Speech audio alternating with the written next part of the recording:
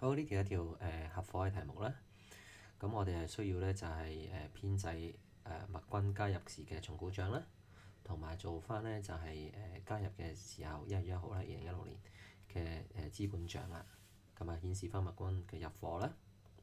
好啦，B 咧就係舉出兩項影響一間公司商譽值嘅因素。咁呢啲就係筆記入邊都有嘅嘢嚟㗎啦。咁我唔特別講啦。呢度好。咁啊，睇翻條題目啦。咁呢度咧，呢三個咧係需要做重估啦。呢三個分析一條題目先。OK， 好。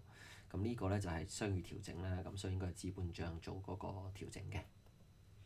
好。咁而呢一度咧，佢就話嗰個新嘅合夥嘅資本係點樣處理啦。咁所以呢個應該就係資本帳需要做嘅分錄嚟嘅。好。咁而家我哋開始咧，就係開翻個答案出嚟先啦嚇。咁就係重估帳啦，同埋個資本帳咁樣。好啊，睇翻啦嚇。咁啊，朱軍同埋任軍咧就係合夥啦。咁呢個係舊嘅合夥嚟嘅，就係損益比率咧就係呢個分配比率咧就係3:2啦。好。咁啊，2016年啦，呢個係2015年10月31號嘅財務狀況表啦。呢個 OK。咁第二日咧，咁啊麥君加入啦。好啦，咁啊新嗰個合夥咧個比率咧應該係3:2:1嘅。好。咁啊我哋第一個步驟需要做咧就係帶翻啲資本帳嘅餘額乘上啦。咁餘額乘上喺增加嗰邊，即係喺呢度資本帳就係貸方啦。好啦，咁所以呢度寫翻餘額乘上咁樣。呢個係70500。咁好啦，任軍咧就係45000蚊啦。OK。咁跟住就需要做咧就係嗰個商譽調整啦。呢一度係啦。咁商譽值咧係15萬嘅。咁所以第一個步驟咧，我哋就係需要咧就係分享個商譽啦。記住舊合夥咧舊比率去分，即係3:2。咁第一個步驟就應該增加個商譽啦，借記商譽咧就係15萬啦。呢一度，然後貸記翻咧就係資本帳朱軍。咁啊3:2啊嘛，咁所以就乘翻3/5啊，將15萬乘3/5咧，咁就係9萬啦。好啦，咁跟住咧任軍咧就應該係分到15萬嘅2/5啦。呢一度咁所以係6萬啦。嗱，咁我哋喺貸方呢邊咧，資本帳貸方呢邊寫翻9萬同6萬啦，又寫翻對方帳號名，寫翻商譽呢度。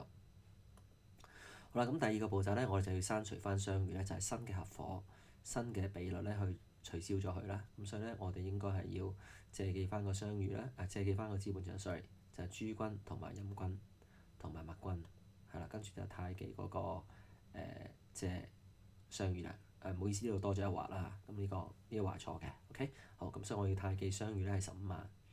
咁然後就借記翻資本帳呢幾個。咁所以我寫翻落去啦。呢度7萬5、5萬同埋2萬5，又寫翻商譽。好啦，咁啊跟住咧就係需要咧就係做完個商譽調整之後咧，咁我哋開始咧就需要做咧就係嗰啲資產價值重估啦。咁物業就係重估值就係20200啦。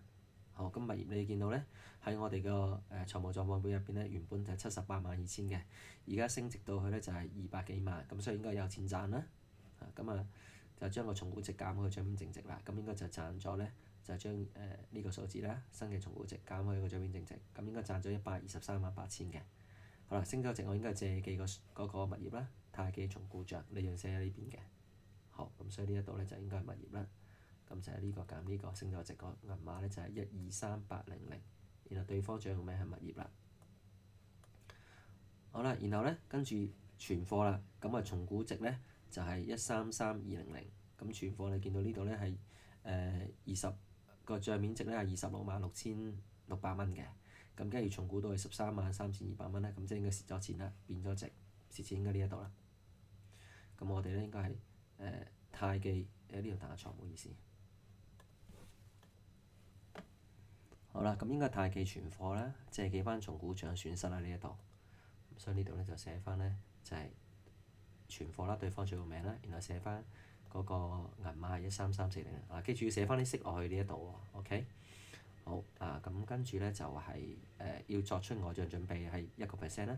咁外帳準備咧，你見到呢度即係我哋需要即係睇個應收貨款啦。咁即係應收貨款呢度咧23萬嘅，咁你估計1%還唔到錢嘅。好啦，咁外帳準備唔好嘢嚟㗎嘛，唔好嘢增加即係損失嚟嘅。咁所以我應該係借記重估帳入落呢一度啦。咁就係將23萬咧就乘翻1%，乘1%，咁我哋會計到係2300蚊啦。所以呢度寫翻咧就係即係外進準備啦。咁個銀碼係2300蚊。好啦，咁跟住咧佢就係用現金支付咧嗰個資產重估嘅專業費用呢一度啦。咁你睇翻呢條題目嚟講咧，原本間公司咧其實佢冇銀行存款帳嘅喎，係咪？佢有個現金帳，所以咧佢用現金支付咧，記住呢度就係真係俾現金啦。OK， 好。咁現金咧，咁我太記現金啦。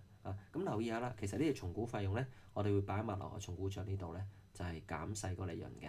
OK，咁就係呢一度啦，我會擺呢一邊。咁所以我哋就會係借記翻重估帳，太記翻現金嘅。咁個正式答案你呢度就咁寫現金都 OK 嘅。colon 咧呢度寫重估專業費用咧，其實係個解釋嚟嘅。你唔寫 colon 跟住重估專業費用咧都 OK 嘅，一定要有現金對方帳戶名喺度。好，咁而家跟住我哋開始計咧，究竟我哋係賺錢定蝕錢啦？好啦，呢度加埋嘅損失咧係161,900啦，161,900蚊。咁跟住咧，我哋咧就係損失咗咧，睇下先呢個咧我哋賺咗，唔好意思啊，我哋賺咗咧就係1238000蚊呢一度。咁蝕咗就161,900蚊。咁所以淨賺個銀碼咧就係1076100啦。OK， 好啦，咁。即係呢邊細啲啦，損失少啲，咁所以呢度寫翻重估利潤。跟住留意下咧，呢個重估利潤咧就係舊嘅合夥人嘅努力得翻嚟噶嘛，唔關新嘅麥君事噶嘛。咁所以就記住係舊合夥嘅合夥人舊俾咧去分咗嗰個重估嘅淨利潤或者係淨損失啦。呢一度，咁呢度嘅寫翻咧就係即係諸君啦。呢個資本帳記住一定要寫資本帳。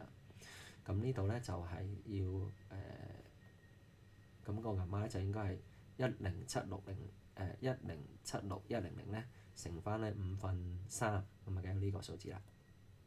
咁原來人均咧就係呢一個數字咧乘翻2/5。好，咁呢兩個咧我要擺翻落去咧，借記重估帳啦。咁我要太記翻個資本帳。咁呢度寫翻重估帳都得㗎啦，或者寫重估帳2點重估利潤，咁樣寫 OK 嘅。記住寫對方帳戶名，最緊要呢一度。好，咁最後尾平埋佢咧就 OK 啦呢度。好，跟住呢度咧會有啲困難嘅。佢話新合夥咧最初個資本咧要有150萬嘅。嗰個比率咧諸君、任君同埋麥君咧分別係40%、35%同埋25%。即係話最後尾個新合夥咧總共需要個資本嘅總金額係150萬。咁當中諸君咧就係要佔40%，任君就佔35%，咁麥君新呢個合夥人咧就佔25%。OK， 好啦，咁多咗少咗啲點算咧？唔夠就攞錢出嚟。OK， 有多就係攞錢走，就係咁嘅意思嘅啫呢度。好，我哋睇睇150萬咧，每人要最撚尾個餘額要幾多啦？咁諸君係應該佔40% 啊嘛，係咪？咁所以應該將150萬乘40%咧，就喺嗰個諸君最撚尾個資本最有60萬喺度嘅個餘額。咁任君咧就係將150萬咧乘翻35% 呢一度，咁就應該係52萬。即係5000蚊嘅。咁麥君咧就係佔25%，所以就將150萬乘25%，佢就需要嗰個餘額咧係應該係37500嘅。好，咁而家我哋咧就可以將呢度寫翻餘額轉下啦，呢一度最後尾個數字。咁呢3個數字加埋咧就應該150萬啦。好，咁最後尾就睇睇諸君先啦。咁諸君咧，你會見到呢度咧加埋係144萬嘅。OK， 咁144萬多過呢一度嘅。OK， 咁所以佢應該呢度咧就攞翻錢走啦。咁我應該借記翻資本帳，太記翻銀行存款俾翻錢佢。因為佢有多啊嘛。OK， 咁所以呢度咧就係褪翻出嚟嘅數字嚟嘅。好，咁跟住咧就係任君喎。任君咧你發覺係細呢度加埋係57500嘅。OK， 好啦，呢度加埋係冇57萬咁多嘅。咁所以咧佢要攞翻錢出嚟。咁攞翻錢出嚟咧就將呢個數字減咗呢3個，佢要攞翻39560蚊出嚟嘅。嗱，咁至於咧麥君咧呢度加埋要40萬嘅，咁所以佢攞翻40萬嘅現金出嚟呢一度。